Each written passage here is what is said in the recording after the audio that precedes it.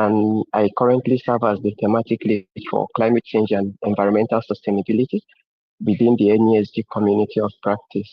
And in addition to this role, I also serve as a senior research associate with Next Year, and I am presently an Alexander von Humboldt Climate Protection Fellow hosted by the Africa Policy Research Institute, where I am doing my studies in Berlin, in Germany.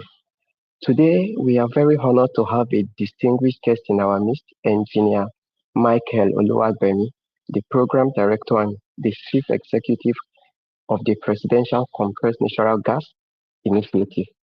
Allow me to share a few highlights about Engineer MPhil Oluwagbemi. Engineer MPhil is a certified project management professional and a member of several professional bodies, including the Project Management Institute, the Institute of Electrical and Electronic Engineers, and the Texas Society of Professional Engineers. Engineer MPhil holds a bachelor's degree and a master's degree in electrical engineering from the University of Houston, as well as an MBA from the University of London. His career spans roles such as project engineer, construction support manager, and Parsons Group, an engineer at ExxonMobil's production, both in Houston. He also served as vice president and director at Amazon Energy Group. He is a serial entrepreneur. He has founded and supported over a dozen companies across West Africa in the technology and energy sectors. He is the founder of Lofty Inc. Allied Partners, a co-founder of Willovision Hub, and a founder partner at Lofty Inc. Capital Management, one of Africa's leading venture capital firms. He also served as the board chairman of AfriLab, the Pan-African Network of Technology Hubs. In 2014, he was appointed chairman of the Essential Services Committee of the Nigeria Content Consultative Forum under the Nigerian Content Development and Monitoring Board, overseeing local content regulation in Nigeria's oil and gas industry. In January 2022, he was appointed to the board of the Rural Electrification Agency by the President of the Federal Republic of Nigeria, and currently he is leading the Presidential CNG Initiative, a transformative program aimed at transitioning Nigeria's mass transit sector from PMS diesel to compressed natural gas and promoting the use of electric vehicles, key to enabling a responsible and reliable energy transition in Africa's largest economy. Ladies and gentlemen, please join me in giving a warm welcome to Engineer MPhil Oluwagbemi. Sir, we are very happy to have you as our host, as our guest today. Thank you very much, sir. Thanks for having me. Thank you. Yeah, thank you, sir. So we will go straight into the questions, and our first question for you would be, you've had a very long journey spanning across different sectors and across different countries. So we would like to know about your journey into the Presidential CNG Initiative.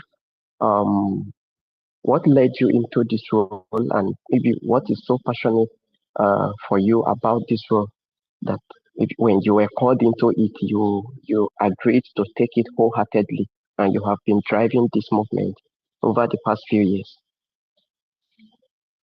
Yeah, thank you very much for your interesting question. Sometimes I wonder why I took the job myself. But I always remember something my mentor always said, that if it were easy, someone else would have done it. And so yes, the role looks large, and the pressure, of course, cannot be understated. But the journey makes the man, I always believe. With over 20 years of professional experience in energy and in engineering, and subsequently going into entrepreneurship myself, helping to start a lot of companies in new sectors. I think the combination of my experience in engineering real-world engineering and program management, large-scale energy projects, combined with my background in venture capital that prepares you for drawing on blank slates and spaces, sort of prepared me for this role. Of course, it is not easy to start something new, especially in public service and public sector. But the combination of all of that, and of course, my stint of experience in public sector in advisory role, I must say, not in the full-time role as I am today, but first at the Nigerian Content Development Monitoring Board as one of the 10 chairmen of the Nigerian Content Consultative Forum that had to advise the board of NCDMB consistently about strategic decisions to make Nigeria increase its Nigerian content in the oil and gas industry, the bread and butter of Nigeria. And then subsequently serving on board of the Rural Electrification Agency, also another energy-focused organization. And he'd been in that role for about 3 years prior to the incoming of this administration. A little bit of technocratic background, a little bit of professional background in engineering, of course, a little bit of education matters as well. And of course, a little bit of experience, I would say, in the political landscape of Nigeria. And the combination of that, I think, is why what has prepared me, in line with your question. Why did I take it? I think the greatest honor of any man's life is to be called by a countryman to serve. And naturally, when I was in the room when this was being planned, and I happened to be the only engineer in the room, the only one person that I've had some kind of experience with compressed natural gas, having helped do some feasibility studies back in my Wally Parsons and later Amazon days for NPC or the EIJ, that's the ELPS, Ibadan-Ilorin, Jeba gas pipeline system, which is now being developed, called the Southwest Gas Pipeline System. Some experience, which of course means that I have some experience with the Nigerian Gas Master Plan and the different potential uses of that gas, including CNG, and some studies that I've done in the past and undertaking while at Lofting, helping to support some companies and some projects that were going to use compressed natural gas in Egypt. I felt, why not? I should bring the wealth of all of this, my life experience, to the service of my country. And especially given that our country were in dire straits 2 years ago, the CNG provided that path for us to be able to eliminate the bleeding fuel subsidy regime that had heavily impacted Nigeria. And there was a need for an alternative, and CNG was going to be that alternative. And if I knew how to do it, and if I had some experience doing it, and some education and background, I think probably prepared for this day and naturally took on the role. Okay. Thank you very much. Our next and the follow-up question for you would be, now, we've seen a lot that you are doing in setting up CNG conversion centers. Some of us are seeing your programs all over the country, but beyond this, we want you to maybe specifically tell us how you are engaging the Nigerian youth in the implementation and the delivery of this initiative. The CNG centers, how are the youths benefiting? How is it expanding? Where can the youths come in? We would really love to hear from you in regards to this. Thank you very much. I think the biggest beneficiary of this program has to be Nigerian youth. We have brought to the first and foremost the President Bola Ahmed Tinubu's vision for a gas-driven economy. Can only be beneficial to our youth because you are creating a new ecosystem. You are creating a new industry, and the most likely participant in any new industry has to be the young. Let's take, for example, the conversion centers we talked about. We did not build those conversion centers; they were built by the private sector. So what we did was that when we started the program, we were very clear. Mr. President was clear to us that our job is not to replace the private sector. Our work was to enable them and to catalyze them, to be catalytic in impact. And that required us to design and think about every single program that we do in line with identifying how private sector can bring their innovation and the excellence and the entrepreneurship to bear. So when we saw the issue of, okay, we wanted to convert 1 million vehicles, according to the target that was set for Mr. President for us in August of last year, just before we started this program, as in practically implemented the program. Even though we integrated in October, we needed to work on regulation and standards. We got those released in March, worked on gas pricing, got those released in April. In May, we started the awareness and engagement sessions across the country to create the awareness of where we are. But we did not really start implementing till October. But in August, Mr. President set the target for us, August of last year, when he gave the speech, if you recall, after the cost of living crisis riots that happened across the country. And he talked about 1 million vehicles to be converted. And that target required us to have conversion centers. But we could have taken a government-centric approach and said, look, government is going to award contracts to build conversion centers. And so we said, no, that was not the right way to go. The right way to go was to incentivize the private sector to build, manage, and operate conversion centers, not just for the purpose of converting vehicles that were running on petrol and diesel to now run on petrol, diesel, and CNG, but also to serve as training grounds for technicians, to serve as maintenance centers for these cars once they're converted, to serve as test centers for inspectors. After that, we need to continue to inspect these vehicles periodically after they are installed. So we saw that the opportunity there was to create a business opportunity. And that business opportunity, first and foremost, was going to be open to the youth. So what we did was we created the Conversion Incentive Program. The Conversion Incentive Program basically allows for to say, look, for certain categories of car owners and operators and users, for example, the commercial operators, the members of NURTW, Ratian, and NATO, of the Painted Taxi Association of Nigeria, of the Airport Taxi Association of Nigeria, these commercial vehicle owners should be able to convert their vehicles for free.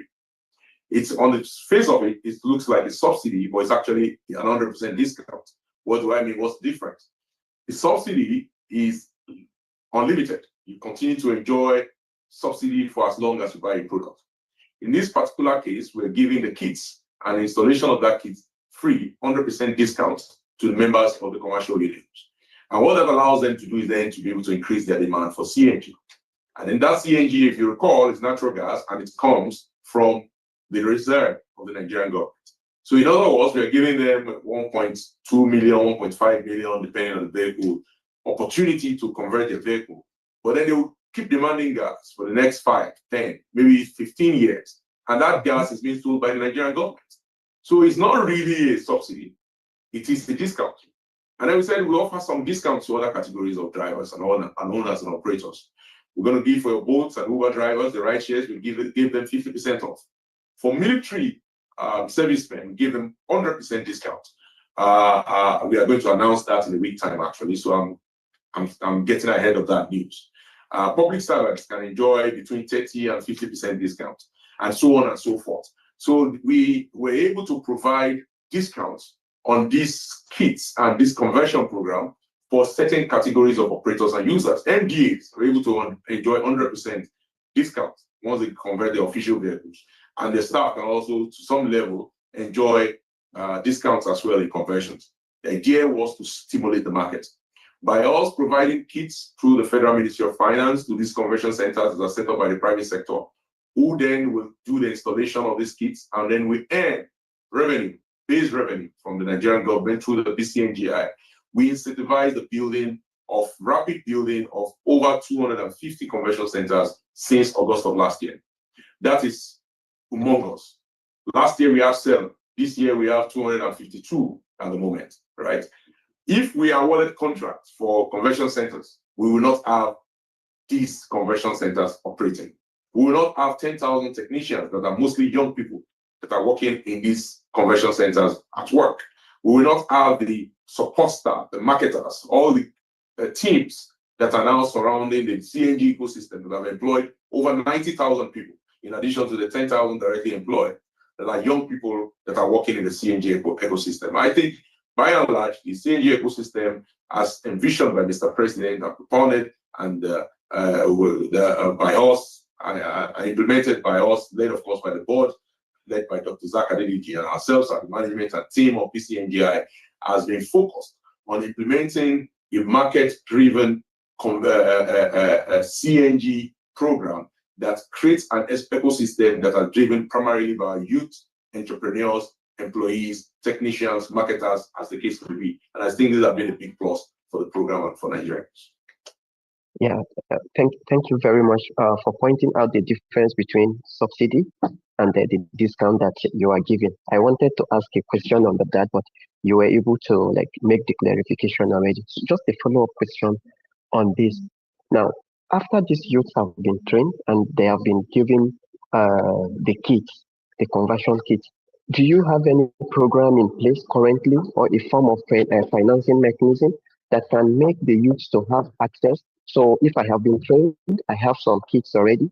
How do I get the funding for me to go and maybe start off my own kind of servicing center or a conversion center? Do you have a link between maybe Bank of Industry or SMIDAN or any funding or financing institution in Nigeria that you can integrate or link up these youths after the training currently?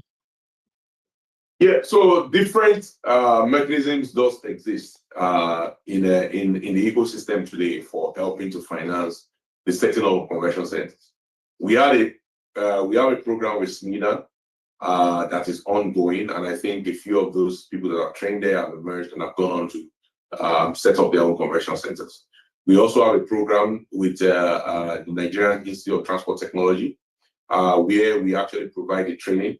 And then they actually have an opportunity where they are linked to cooperatives through the Development Bank of Nigeria to be able to set up some of these conversion centers. We have different mechanisms today in the country by virtue of the existing entrepreneurship programs that partner with us, that is helping to see and create these conversion centers. For example, Lagos State currently is doing, I think, an 100-man conversion training, and they will then go ahead and empower them with tools to set up their own conversion centers as well. Some subnationals have undertaken this. Delta State has done the same thing. Ekiti State has done the same thing. And we are partnering with. I think at the end of the day, we can't do everything. The part where we can partner with them is to provide facilitators.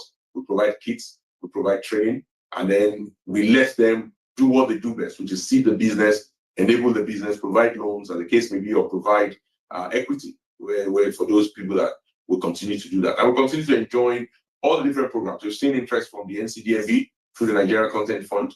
We've seen interest from Development Bank of Nigeria, from Infraco, existing development banking organizations. We still have DBN, Green Finance Roundtable last week, where we spoke elaborately about the need to provide funding from the private sector banks to the sector. And I think this is something that continues to enable our youths to participate and to grow within the CNG ecosystem.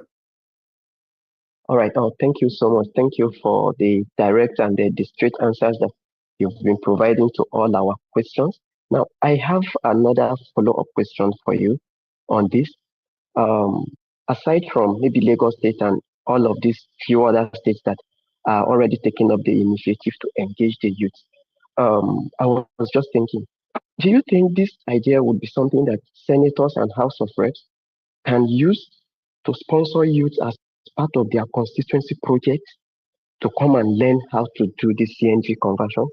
So if all the senators we have in Nigeria, for example, decide to enroll 3 youths from their constituency and pay for them to come and learn this, do you see this idea, the senators, House of Reps, or all government or political appointees, for example, taking up this initiative and reaching out to them to engage more youth to learn about this conversion or other business avenues within the sector, the initiative that the youth can lay hands on?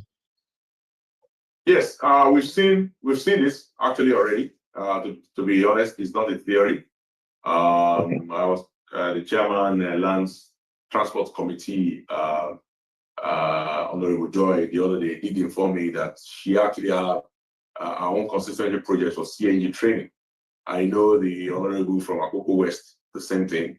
I know the honorable from Omo in Ekiti has also started CNG as their own constituency project, and CNG training that is, and setting up conversion centers and enabling youth employment, and even enabling their local transport union with tricycles and CNG buses. Some of them have gone as far as that, and I think that's a good thing. And ultimately, we have to understand it. When we are talking about transiting to the use of CNG away from petrol and diesel, we are talking about doing the patriotic thing. And I tried to explain this to everyone. We're talking about using the cheaper, safer, and more reliable form of energy to power and to develop our economy. If Nigerian goods are going to be more competitive globally, if they are produced at far lower prices than they are by the competition. God has given us gas, not for us to burn or to waste. God has given us gas to use to fuel our transportation, our power, our industries, so that our goods and services can be cheaper. And we can sell more Nigerian goods and services, not just in West Africa or Africa, but to the world at large. And if we're able to leverage these for the transportation sector, that accounts for between 14 and 17% of household spending, to go a long way in also improving the cost of increasing the standard of living by reducing the cost of living for ordinary Nigerians. So I think for us, first and foremost, is to see this, that transitioning to the use of compressed natural gas is the patriotic thing that we should do, and is the reason why we are very, very focused on delivering this to all Nigerians, to the bottom of the pyramid. All right, thank you very much, sir. Our next question would be, looking at the affordability and then the accessibility of CNG for ordinary Nigerians. Now, for now, it is affordable, but if we look at what happened with the LPG, when people started converting their generators and the price went up. It shot up by over 300, 500% within the last 1 year. Now, some people are skeptical. They don't want to, okay, what if we change this thing and after 1 year, the price shoot up or it doubles or triples? So how are you ensuring that this thing remains affordable and it remains accessible for ordinary Nigerians? That at a point, it won't be hijacked and the price will just start going up. Yeah, good question. But I always think that it's important that when we discuss price, we have a relative mindset. What is the relative pricing of kerosene today, which was the alternative that would have been on if we're not using LPG? What is the relative pricing of firewood? And I mean the real price in terms of likelihood of you dying of fire accidents, likelihood of you being burned, likelihood of you having cancer, likelihood of environmental disaster because of deforestation, if we continue to use wood instead of using LPG, right? So that is the real cost, of using this alternative. So even though LPG seems expensive, try deforestation and try cancer, and then they'll come and compare the price between that and what you have. So when we are told to use new technology, the real cost to us is not just the naira paper cost, even though that's important because the price of kerosene has gone up. I don't know if you know this. Yeah. If you were on kerosene, you will be paying more to cook your meal today than if you were using LPG today.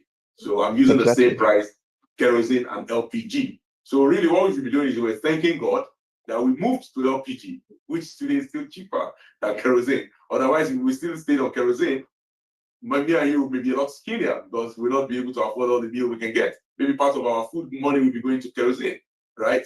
So, and this same thing is true about CNG. Historically speaking, CNG is always going to be generally cheaper than a petroleum product.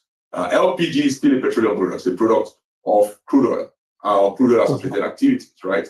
But natural gas comes naturally, contains primarily ethane and butane, ethane and methane, and not butane and propane like LPG.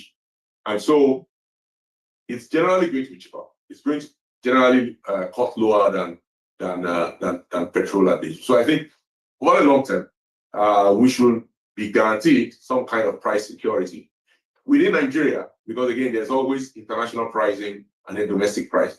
Within Nigeria, we have some kind of price guarantee in place for auto CNG for the next 10 years.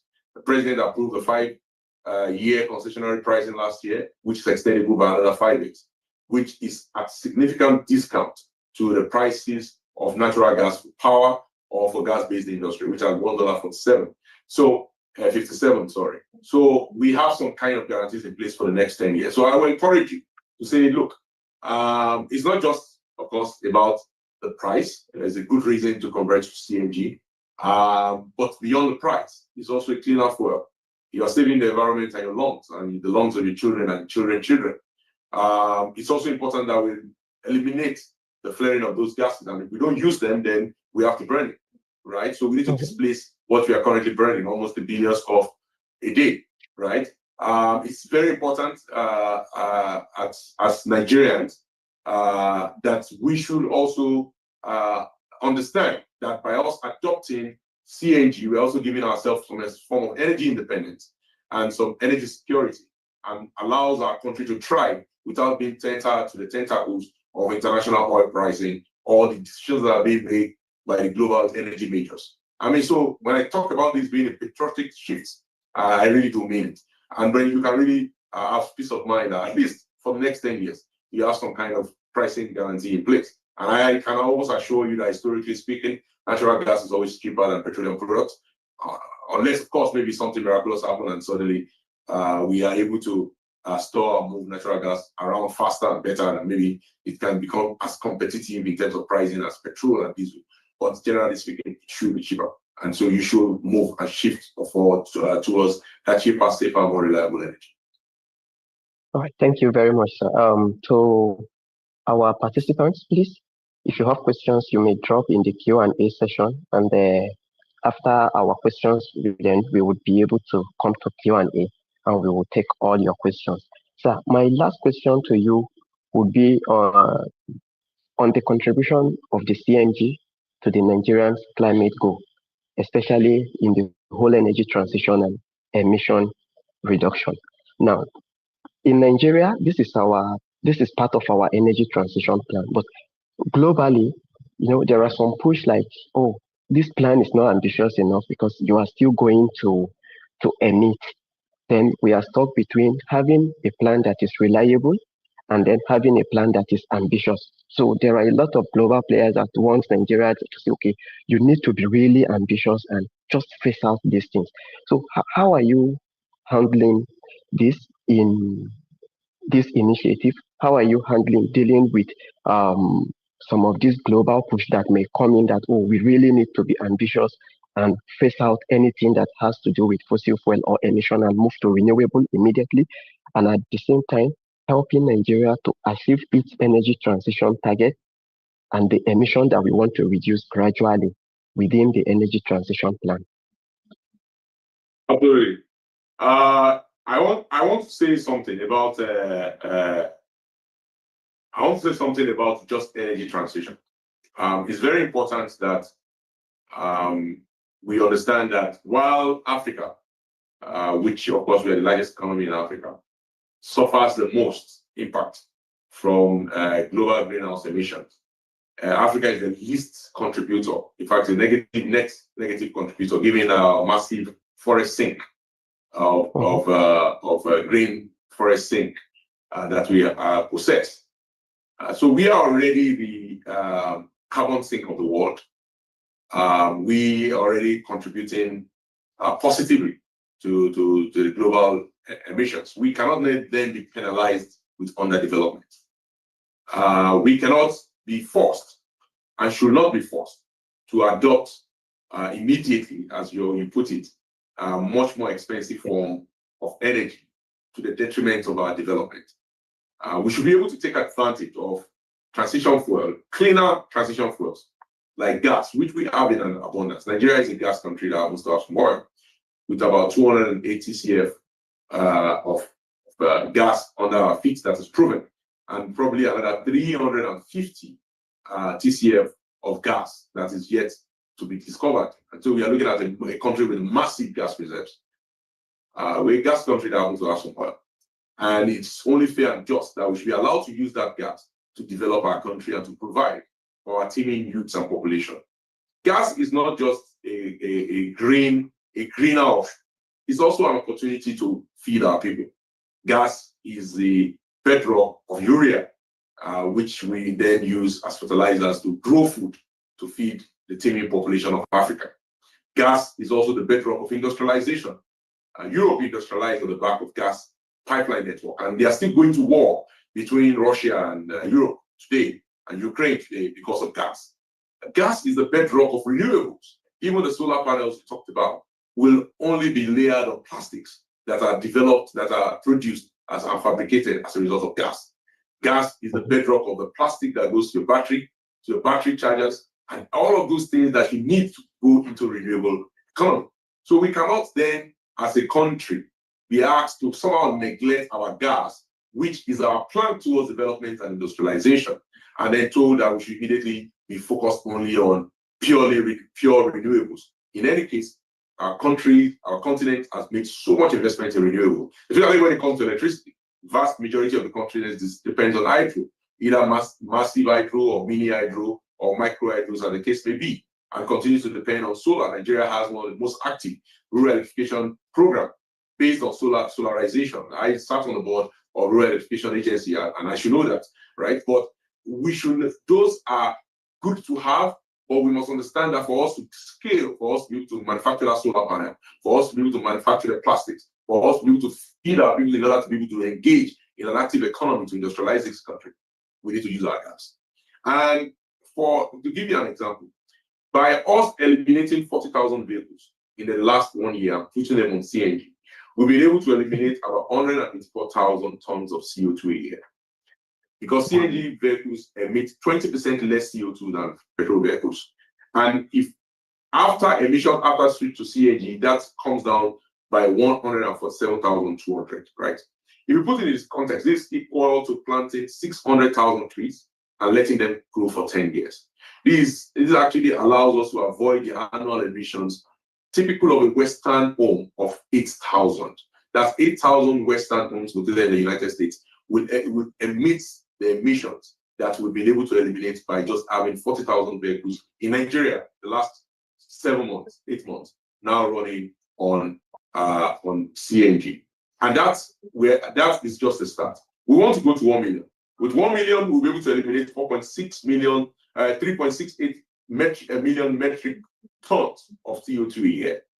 That will also, of course, mean that it's an equivalent to us avoiding to burn 1 billion pounds of coal, removing emissions of 200,000 gasoline-powered passenger vehicles will be equivalent to what we've done. It will offset the planting of 15 million tree seedlings over 10 years that is sequestered. So now again, it's in context. We're doing something, we're moving to CNG, but in doing so, we're doing things that are equivalent to planting 15 million trees for over 10 years. And that, to me, I think is a good thing. We can continue to be responsible with the environment while also managing our economy responsibly. And that is what the PCNG and the vision of Mr. President offers this country over the next 10 years of taking of gas. All right, thank you very much for providing all this data for us. Just to add, we are writing a policy brief on this, and we would be glad to get some of this data from your office so that we can use to write the policy brief. So we want to see how the whole CNG initiative is balancing up with the climate ambitions and also driving economic growth. How does it interlink with the sustainable development goal? So we would reach out to you, sir, so that we will get the data to use and populate the findings for the policy paper that we are writing. So now we are opening up the floor to take some questions, and I think Iben is ready. Iben, please, over to you for your question. Yes, thank you. Thank you so much, David. And thank you so much, Engineer Michael, sir, for the wonderful, expose on the amazing work that your, team is doing. I think it's really inspiring to hear that even with the few vehicles we've been able to convert, we're already matching the transition that's happening abroad. I think there's one lingering question, and this is a question that has been going on social media for quite a while, and it's about the safety of CNG. Most of what we have out there now is rumors about it not being safe, about when conversions happen, whether explosions would happen because of that.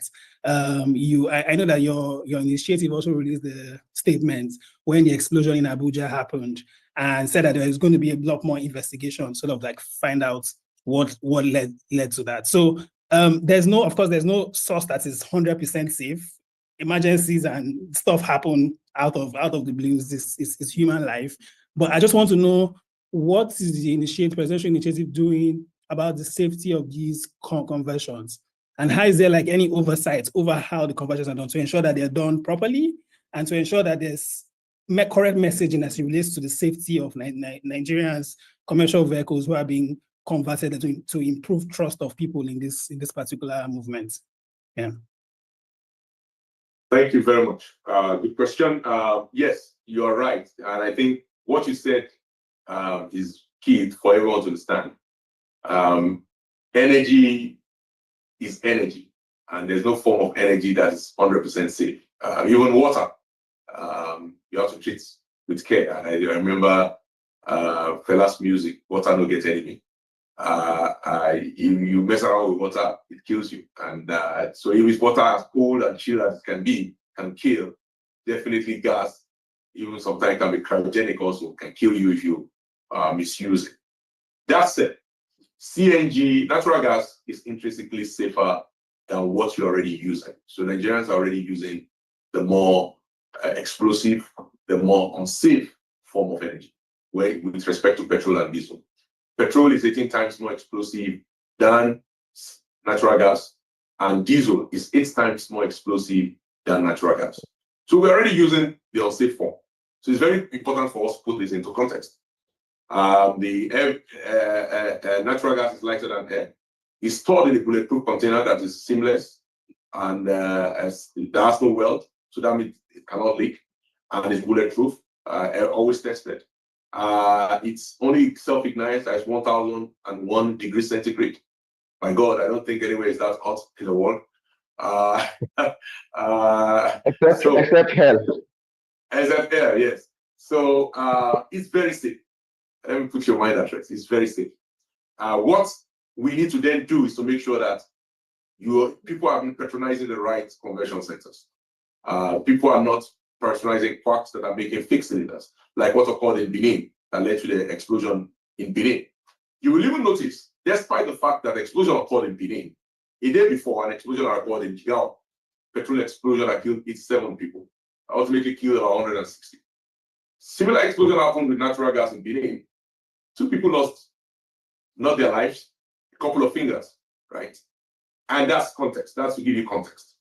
If it were a petrol accident that happened, my God, that entire filling station was going to come down, and we'll be over there with cameras in the next 2 to 3, 4 days, still counting dead bodies. There were 2 people that misbehaved, and those 2 people actually were the ones that got blown, their fingers. And then we got them to the hospital, we arrested them, and they be charged to court, right? Because they went to do a fixed cylinder. If it were petrol, a different scenario, the judgment would be in heaven with their creator, right? Because it's much more explosive, much more dangerous. So I think for us, the messaging has to be like, look, we're dealing with a safer form, but we have to be responsible about it.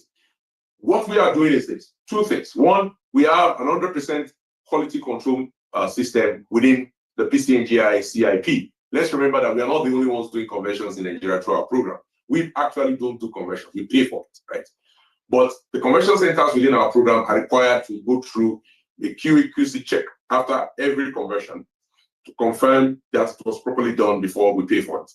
So we go through 100% QC check on our part within the CIP, which I would say is responsible for between 60 to 75% of conversions in Nigeria today, right? Now, the other thing that we're now doing, and we're working with stakeholders to do this, we're working with all of these regulatory agencies. So right off the bat, November 2023, when we took on this job, the first thing I did was to convene 23-member working group of different regulatory agencies and guys, government institutions, including academic and research, that has something to do with the compressed natural gas sector. And we came together and we helped push out the standards that got signed, that had been languishing on the shelf for over a decade, but ultimately got signed within 3 months of our inauguration. That was in March 2024. And that standard was then converted to what we call the Occupation operational standards that are not used for training technicians through the Nigerian Automotive Design and Development Council. The standard having been developed by the Standard Organization of Nigeria. Now, what we are now doing is that we are going into a regime of monitoring, because we recognize that when there's an accident, people want to know what happened, right? Unlike the petrol sector today, where if an accident happens, the best you will do is that you go to the site and then there is no way to monitor where that vehicle got petrol from, whether the petrol was adulterated. There's no way. We said, no, let's build this sector based on data gathering, right? And so we brought together the 4 principal regulatory agencies. We brought together the Standard Organization of Nigeria. We brought together the Nigerian Midstream Downstream Petroleum Regulatory Agency. We brought together the Nigerian Automotive Design and Development Council. And we brought together the Federal Road Safety Commission. And so the 4 of you, you are principal. 2 of you are principal in terms of what goes into these vehicles. And 2 of you in terms of what goes into this vehicle to become natural gas fueled. And 2 of you are responsible somewhat in the usage, how you continually operate the vehicle. Another organization of Nigeria, you oversight materials, including cylinders, kits, as the case may be. You give MANCAP, you give SONCAP. MANCAP when manufactured in Nigeria, SONCAP when imported.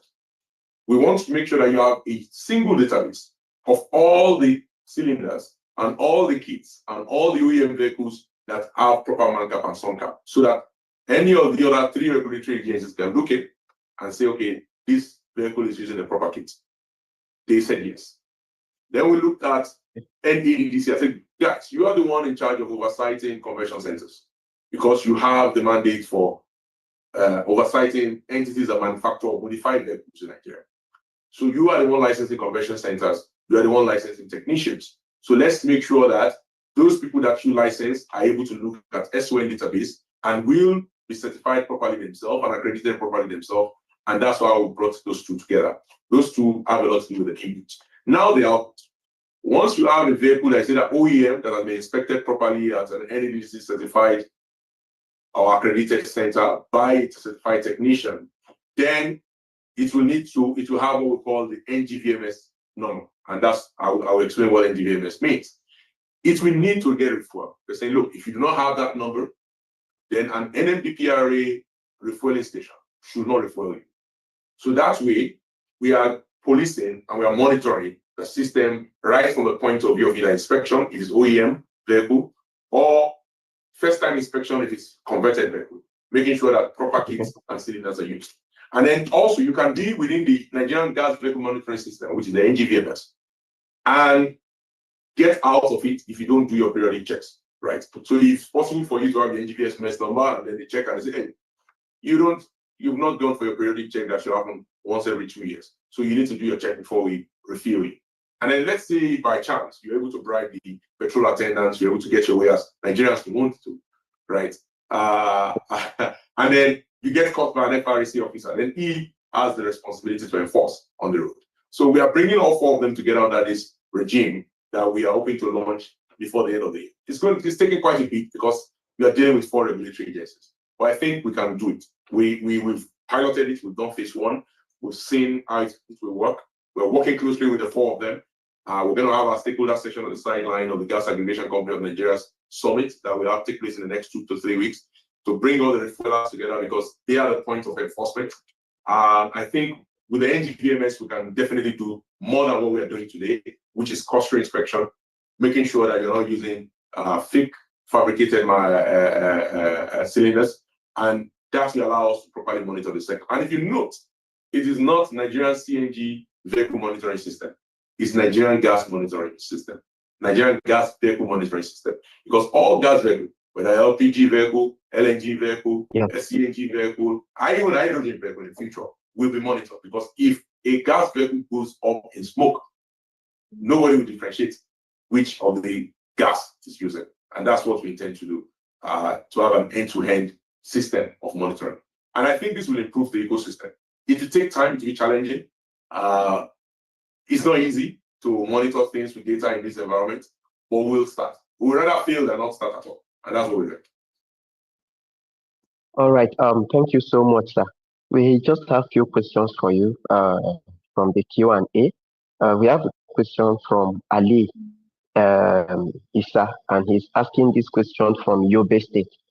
Now, sir, you said the conversion centers are not owned by the government, they are owned by private companies. So these private companies are profit driven, although you give out the kits to them. But this may also hinder some of these people from going into rural communities where the youth may need these services so that they can learn about the conversion.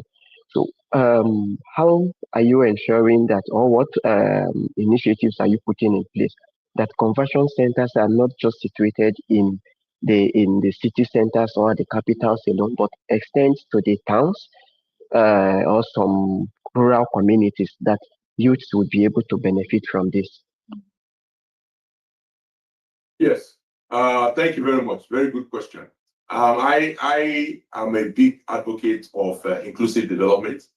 I think, and you'll be surprised that the economy of the rural area, of course, is immense, and will continue to support conversion centers that want to go and venture to areas where you ordinarily shouldn't expect to find them. What we are doing this year is that we're launching in the second half of the year the basic awareness training. We want this to be nationwide. It doesn't matter whether you even have CNG or natural gas capacity or not, because these are theory. A car is taken off from Lagos, is going to Sokoto, breaks down in Sokoto. Sokoto does not have a conversion center or CNG, but somebody has to intervene. You need to have a mechanic in Sokoto to be able to recognize, say, look, this is CNG vehicle. This is what I need to do to it. This is how to treat it safely and handle it safely and return it back to the owner so that it can get back on its way to Lagos, right? So we are going to start with this basic awareness training and give it nationwide. And I think that will spur innovation and capacity even in the rural areas. We are targeting to train about 25,000 auto technicians, and we're working very closely with the Ministry of Labor. We're working very closely with Mountain.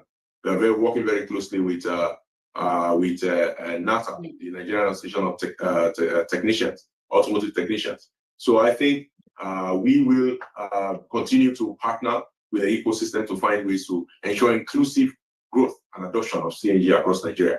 Now, we're talking about the geographical variation of CNG availability between the north and the south today.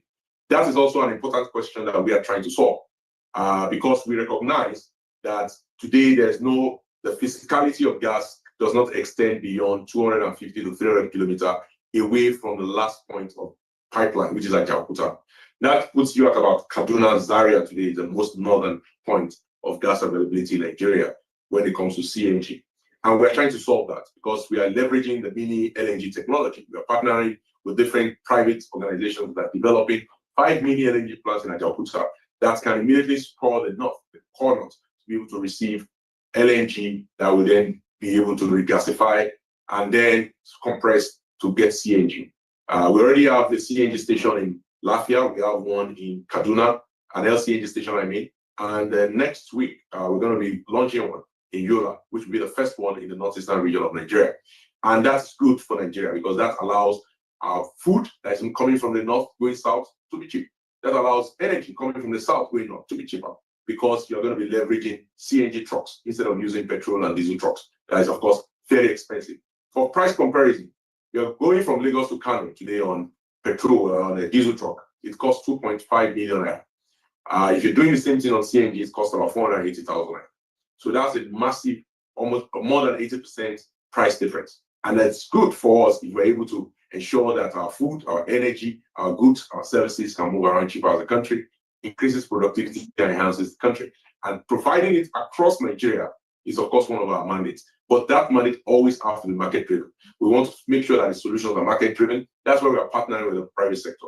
Arete LNG that we're partnering with to develop the 7.5 MMs called the day plants at Ajaokuta that should be able to be ready within the next 14 to 16 months. Will be able to benefit from this opportunity. It will ensure that gas can reach the rest of Nigeria, from Greenville, from Arete, from NNPC, from NPC Trading. All of these organizations, BUA is also developing one in Ajaokuta across Nigeria, not just in Nigeria, but even beyond Nigeria. We'll be able to supply LNG to Niger, supply energy to Mali, supply energy to Senegal, supply energy across West Africa.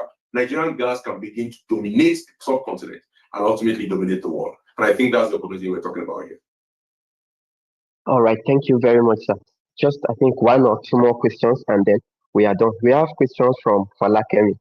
Now, Mr. President said that we should increase our tax net. And the Falakemi's question is in regards to that. The youth that are being trained in this and those that are planning to maybe establish their own conversion centers, like how do we follow up that we are able to make sure that these people are captured into the tax net, or the youth that are maybe within the value chain that have been trained, the 25,000 youth we want to train, and those, like, how do we track them? I know this may not really be in your line, but maybe if you have any idea on it to capture them into the tax net for the country. I think is I was hoping that the Zoom will zoom out a little bit when I moved, so that you can see the wall of my office and see the picture of my chairman. My chairman is Dr. Zach Adeliji, the chairman of FRS, and he's the chairman of the Presidential CNG Initiative. So, and that's for good reason. We want to make Nigerian businesses more profitable. We want to make them more productive so that they can pay more taxes, and then so that we can do more social good. That's our work. Government's work is to redistribute profits that is made by businesses so that we can then use it to build schools, healthcare centers, so that our children can live longer and a better life. Or use to build infrastructure. And so I think that everything we are doing here flows directly to our philosophy that when business do well, the country does well. And when the country does well, it is important that those people who have done well are taxed so that they can support the development of the country over the long term with respect to infrastructure, with respect to school, with respect to health clinics, with respect to providing the common good that will enable the country to develop over the long term. All right, thank you, sir. And I think this should be the last question. Now, there is a question here about whether youth from non-engineering background can actually enroll to learn about the conversion and maybe get this training and get certified, or it's only limited to those that have an engineering background. No, not at all. We found that the aptitude for handwork, because the conversion training it differs. There's a component of it that is piping, there's a component that is electrical, there's a part of it that is software, there's part of it that's just fabrication, there's a mechanical part of it, and even beyond that, there's somebody has to market it, somebody has to after service customer care. So we found out that different skill sets beyond the engineers, right? I'm a proud engineer, and I will always say that my profession is the one profession I can do anything, right? Engineers make the best lawyers and medical doctors in the United States. But in concession to the other professions and the ability to also contribute to national development, I will imagine that they have something to contribute to this sector. And yes, you do not have to have an engineering background. You do not have to have a technical background. Most of it, especially for our young people, is the work of the hand. And I always say that anything the mind can think, the hand can do, and it can change. So I believe strongly that we need to empower our young people with skills, not necessarily bookwork. There are many engineers I know who cannot change a bulb, electrical engineers for that matter. But I can assure you that I've met many of my friends, the most skilled friends I have that are skilled in matters of handiwork. They are not necessarily people that went to engineering school with me. Some of them studied business, some of them studied language, but they are skilled and they have the skill sets to deliver. And that's why I encourage everybody, don't be discouraged by what you studied in university. If you have a passion for making our environment cleaner, if you have a passion for making your country better by becoming energy independent and producing for less, if you have a passion for making the lives of the common man better, and I tell you to pay attention to the CNG revolution and find ways where you can learn skill sets to make yourself useful within this revolution that's happening in the next 10 to 15 years. I think that we are at the cusp of a big thing, very similar to the GSM revolution that happened about 20 years ago. There's a generation that never experienced that. They were born with the GSM in their hand. My generation grew up not knowing if there was a telephone. There was just one telephone on the streets. Now everybody has one. And we saw right before our very eyes, between 1999 and 2003, how the entire country was revolutionized with this GSM technology. And I think the same thing is happening with auto vehicles here.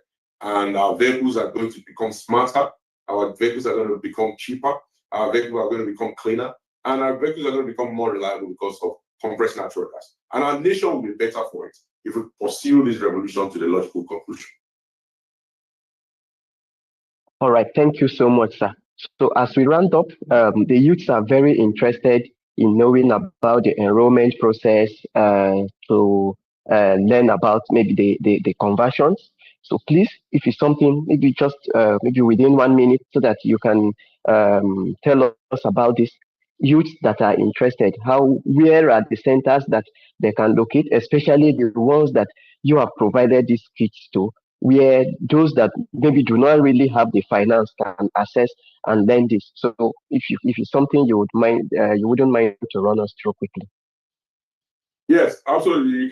You can go online to our website, pci.gov.ng/conversion, and you will see the list of conversion centers that are accredited with the Conversion Incentive Program of the PCNGI. Their addresses and their contact information are online. Beyond that, okay, we also have what we call some partner institutes, like teaching centers and learning partners. The Nigerian Institute of Transport Technology is one. They have 7 campuses across Nigeria. Headquartered in Zaria, they also have a major campus here in Abuja, in Lagos. They in each of the 7 geopolitical zones. You can engage them. You can go to their website as well and also learn about what they're doing. NITT.gov.ng, and that's the Nigerian Institute of Transport Technology. They're the premier institution for transport technology and education in Nigeria. Beyond that, we also have the Nigerian Automotive Design and Development Council. They do have regular training around CNG. They also have CNG conversion centers that are actually part of our CIP, and they also do quite a bit of training. I believe they have about 10 centers, of which maybe 6 or 7 of them are currently active. I think the remaining 3 are being activated in the next few months across Nigeria as well. At least 1 in each of these 6 geopolitical zones.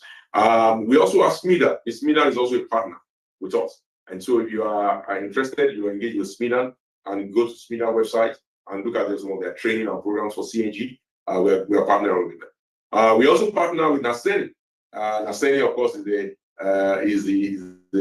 nationwide, it's not just federal government, it's federal government in partnership with states, promoter of engineering technologies. And they also have training program as well as conversion centers. We launched conversion center, a couple of them for them here in Abuja last year, and we'll continue to partner with them very closely with the vision of encouraging research and development and local fabrication of kits and cylinders through that program. And there are many others. More recently, we launched with the MPhil, the Midstream Downstream Gas Infrastructure Fund. We'll be launching next week what we call the Sprout, which is a special program of relief for transportation for universities and for universities. This program is focusing on 10 universities in the north, 10 universities in the south, where we're going to create CNG ecosystem. And CNG ecosystem of those campuses is going to also key into their curriculum, where they'll be learning through the engineering departments how to convert vehicles. So these 20 universities list will be provided as soon as we launch next week. And most of those universities are all around the 6 geopolitical zones, including in Yobe, in Gombe, in Borno, in Sokoto. We are having these universities in Imo, in Enugu, and Anambra, in Akwa Ibom, in Ekiti. So you will be finding these Sprout universities, which will become ecological ecosystems for CNG, to be learning and developing and also to be using. We will be deploying buses as well as tricycles in these universities to leverage on the infrastructure that is being funded by MDGIF. And also, of course, we're partnering with the universities to make sure that not just the universities, even surrounding institutions, be it private, states, as the case may be, and universities, colleges of education, as well as technical colleges, inclusive of polytechnics, staff, academic or non-academic, will be able to benefit from these ecosystems that we're developing. So I think all of these are ways where we'll be able to reach you and you'll be able to reach us If you're interested in learning about CNG, there are a plethora of opportunities. The 251 conversion centers, 20 universities under Sprout, the learning centers, either through NITT, NASENI, SMIDAN, and all other partners will be available for you to leverage. Ultimately, we are very, very passionate about democratizing this ecosystem and making sure that it's open to all, and all of you can have the opportunity and benefits of the same as we try to make energy cleaner, cheaper, safer, more reliable, in line with the vision of Mr. President, President Bola Ahmed Tinubu, GCFR, to make Nigeria a better place for you all. Thank you very much. All right, thank you so much, sir. We've just put the link now on the chat box for those that are asking, so you may click and it will take you to the site so that you can get all the information that Engineer Michael has mentioned. Engineer Michael, thank you very much for taking the time to share your thoughts and your insight and your experience with us today. Your leadership and vision in driving this Nigeria's energy transition through the Presidential Gas Initiative have truly inspired us, and we are very grateful for your presence at this town hall. We sincerely appreciate. And to all the young people that have joined us today, thank you for showing up. Thank you for engaging and contributing to this important conversation. You are the drivers of change, and platforms like these are meant so that we could amplify our voices and strengthen, and would be able to resolve maybe every challenge that we have or we may have. As you live here today, I encourage you to stay curious, stay committed, and continue to equip yourself with knowledge and the skills that can help to shape a more sustainable and a prosperous Nigeria. Let this town hall be a reminder that as youth, our voices matter, and we know that we'll achieve whatever we set our minds to do. And your actions matters no matter how small. We can also make impact.